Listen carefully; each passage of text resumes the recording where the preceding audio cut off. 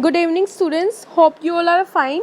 Let's continue with the chapter. देखो, last lecture में मैंने आपको बताया था कि सोवियत यूनियन की जैसे इकोनॉमी पूरी डिस्ट्रॉय हो गई थी.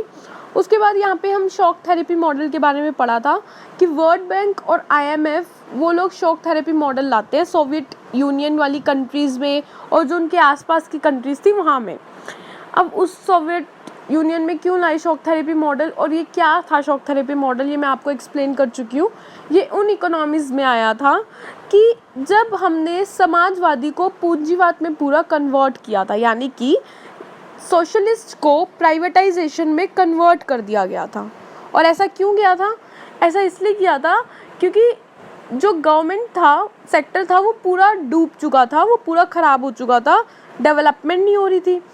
तो जितनी गवर्नमेंट प्रॉपर्टी थी वो प्राइवेट सेक्टर को दे दी गई.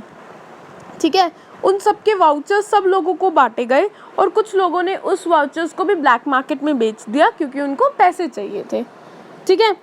Tensions and conflicts. देखो, अब टेंशन एंड कॉन्फ्लिक्ट जो उस टाइम पे टेंशंस मतलब जो लड़ाइयाँ दिन पे दिन होती गई, बढ़ती गई, ठीक है, ये उसके बारे में है. जैसे सोवियत यूनियन के भी दो जगह थी, चेचन्या एंड राजस्थान. ये तुम 2 पैराग्राफ में देखोगे. वहाँ पे एक सक्सेशनिस्ट मूवमेंट्स हुए कि मिलिट्री को लेकर बॉम्बिंग्स हुई, ह्यूमन राइट्स वायलेशंस हुए. ह्यूमन राइट्स मतलब कि जो हमारे फंडामेंटल राइट्स होते हैं उनका वायलेशन होना, उनका टूटना. सेंट्रल एशिया में बात करते हैं, ताजिकिस्तान, जहाँ पे सिविल वॉर हुई और वो 10 साल तक लंबी चली.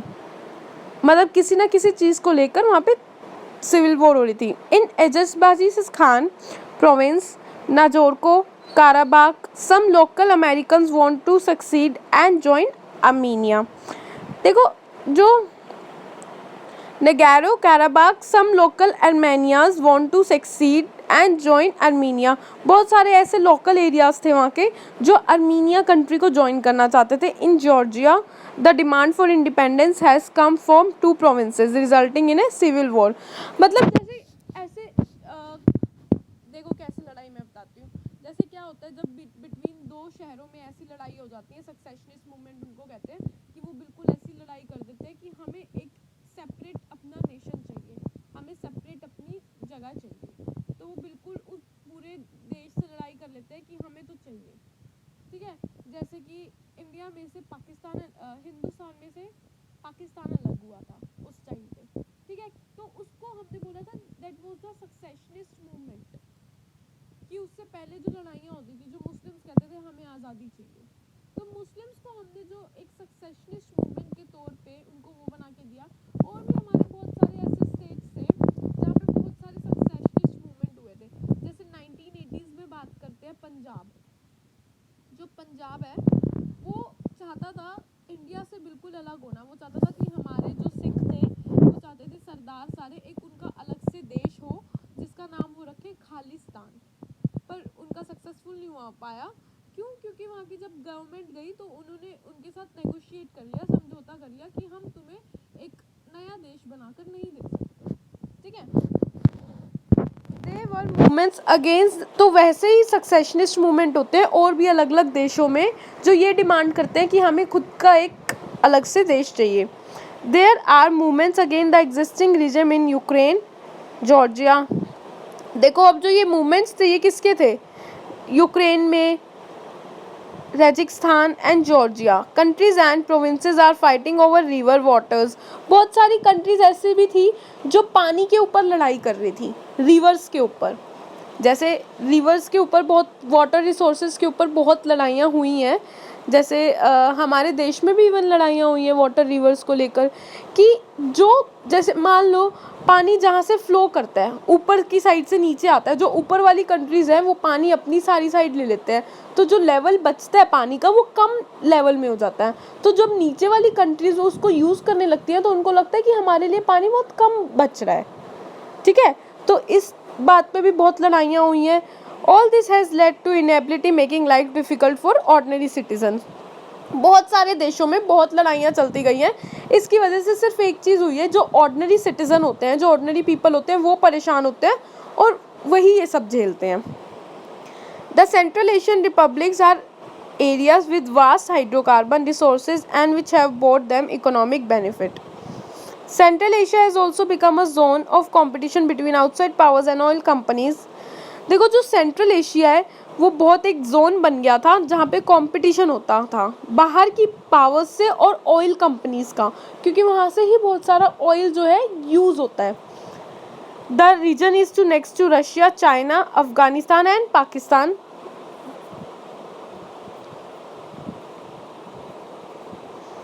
क्लोज टू वेस्ट एशिया, जो ये वाली चीज़ें हैं ये वेस्ट एशिया के पास है. After 11 September 2001, the US wanted military bases in the regions and paid the government of all Central Asian states to hire bases and to allow airplane to fly over their territory during the wars in Afghanistan and Iraq. देखो अब US ने हमेशा क्या किया, उसको हमेशा अपनी territory बड़ी करनी थी. तो अगर कोई भी वॉर होती थी तो वो क्या करता था, किसी दूसरी कंट्री के साथ नेगोशिएट करके ताकि वो अपना जो बेस है वो बड़ा कर सके. ठीक है, मतलब वो अगर अपने कोई इंस्ट्रूमेंट्स, अगर कोई अपना प्लेन है, एरोप्लेन, अगर उसको वहाँ से निकालना है तो वो सबको सबसे पहले कंट्री से अलायंस बना लेता था, एग्रीमेंट बना लेता था. तो सेंट्रल एशिया में ऐसे उसने बहुत सारी कंट्रीज को पैसे देकर नेगोशिएट किया था कंट्रीज से. ठीक है. However, Russia perceived these states as its near abroad and believed that they should be under Russian influence. China has interest here because of the oil resources and the Chinese have begun to settle around the borders and conduct trade. देखो China और Russia का भी बहुत अच्छा relation रहा है. क्यों? क्योंकि चाइना के जो ऑयल रिसोर्सेज थे एंड जो ट्रेड जो चाइना करता था वो बहुत ज़्यादा उसके साथ होता था, रशिया के साथ होता था. In eastern Europe Czechoslovakia split peacefully into 2.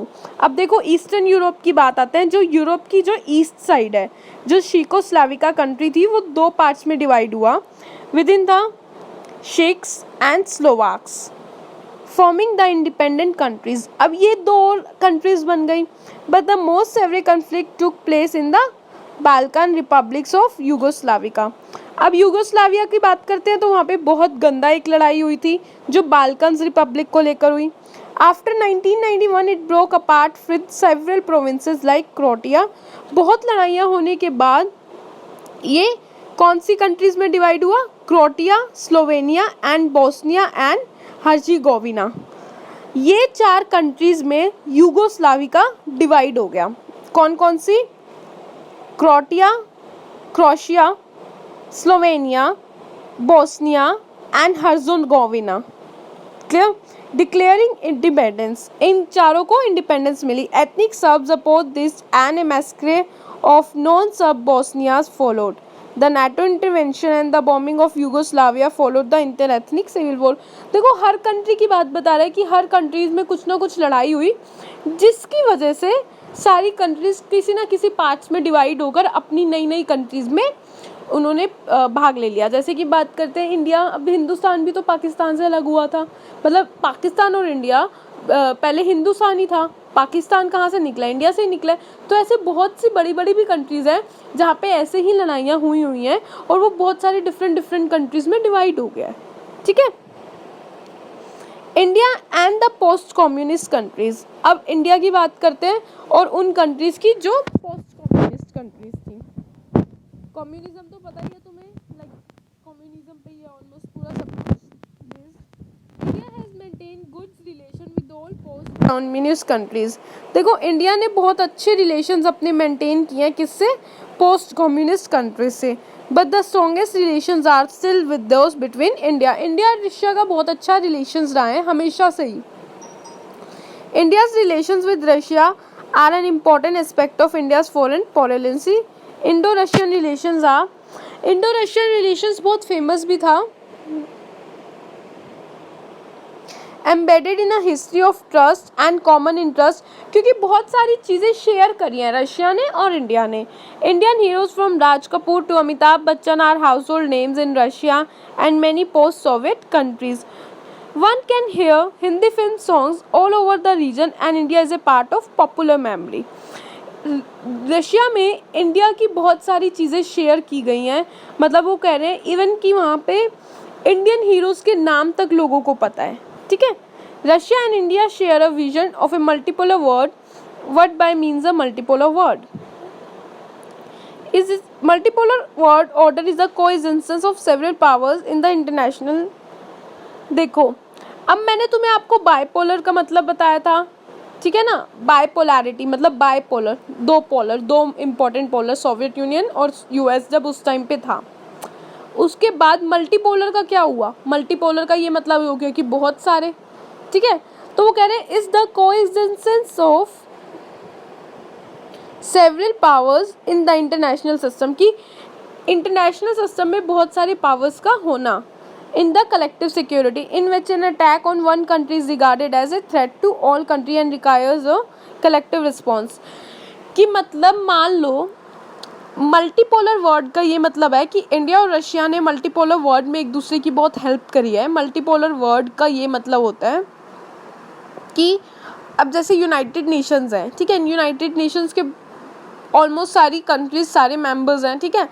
तो उन कंट्रीज के मेंबर्स ने सबने ये साइन किया हुआ है कि अगर कोई भी एक कंट्री दूसरी कंट्री पे अटैक करती है तो हम ये समझ लेंगे कि वॉर स्टार्ट हो गई है और हमने सब कंट्रीज ने मिलके उस कंट्री पे अटैक करना है जिसने पहले स्टार्टिंग की है, ठीक है। फॉर एग्जाम्पल कि मान लो चाइना ने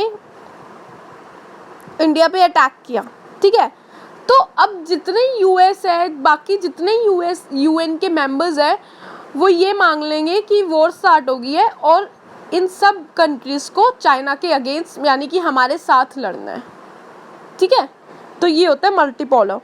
greater regionalism negotiated settlement of international conflicts and independent foreign policy for all countries and decision making through bodies like the UN. देखो मैंने अभी आपको बताया जो ये डिसीजंस लिए गए हैं वो किसके थ्रू लिए गए हैं? यूएन के थ्रू, यूनाइटेड नेशंस।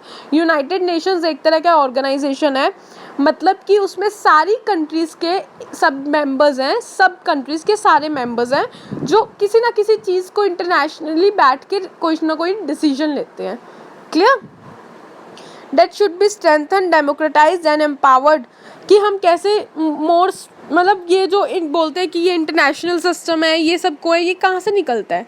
ये WHO, ये सब यूनाइटेड नेशंस के पार्ट है। Clear? More than 80 bilateral agreements have been signed between India and Russia as part of Indo-Russian Strategic Agreement। वो कहने कि 80 एग्रीमेंट से भी कई बार ज़्यादा हुए होंगे। मतलब अगर हम काउंट करें कि इंडिया और रशिया के बीच में कितने एग्रीमेंट्स हुए हैं तो इंडिया और रशिया के बीच में 80 एग्रीमेंट से भी ज़्यादा साइन हुए होंगे जो एक इंडियो रशियन का पार्ट है। India stands to benefit from its relationship with Russia on issues like Kashmir, energy supplies। देखो इंडिया की प्रॉब्लम्स में बहुत ज़्यादा रशिया ने हेल्प भी करी है। जैसे India stands to benefit from its relationship with Russia on issues like Kashmir, की जैसे काश्मीर पे जो हुआ था, एनर्जी सप्लाईज की है, sharing information on international terrorism,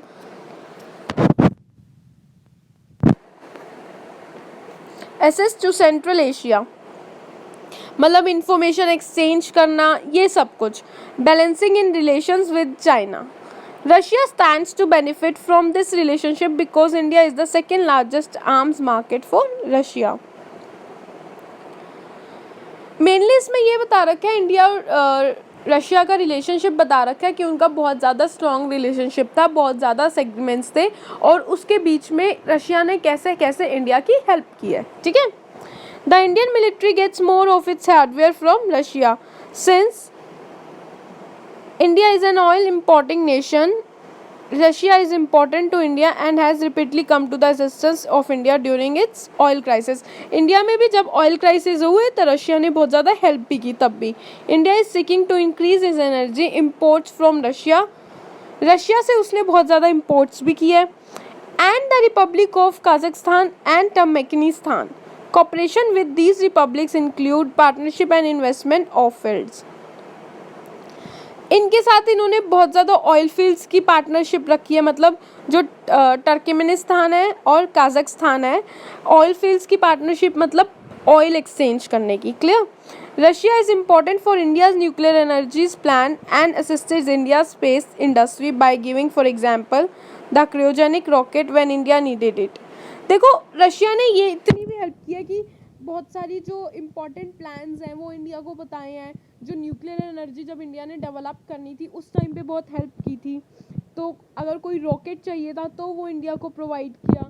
Russia and India have collaborated on various scientific projects. तो रशिया और इंडिया ने बहुत सारे साइंटिफिक प्रोजेक्ट्स में एक दूसरे की हेल्प की है। ठीक है, देखो this was the chapter that we have completed. Will continue it from tomorrow. And one more thing, बच्चों के लिए आज मैं 9 to 9:15 तक वेट कर रही थी पर कोई भी बच्चा लाइव नहीं आया। तो रिक्वेस्ट फॉर यू ऑल, जब मैं लाइव क्लास ले रही हूँ और जो लिंक भेज रही हूँ उस पर लिंक पे आकर जॉइन मीटिंग करके लाइव आ जाया करो। ठीक है, मुझे लगता है कि लाइव क्लास के थ्रू प्रॉब्लम्स ज़्यादा इजीली सॉल्व हो सकती हैं। एंड मुझे बहुत अच्छा भी लगेगा अगर तुम ऑब्वियसली मेरी लाइव क्लास अटेंड करोगे, तो मुझे ज़्यादा समझ आएगा कि किस बच्चे को क्लियर हो रहा है और किस बच्चे को क्लियर नहीं हो रहा। So better for you all. अब बिल्कुल सीरियस हो जाओ, 12th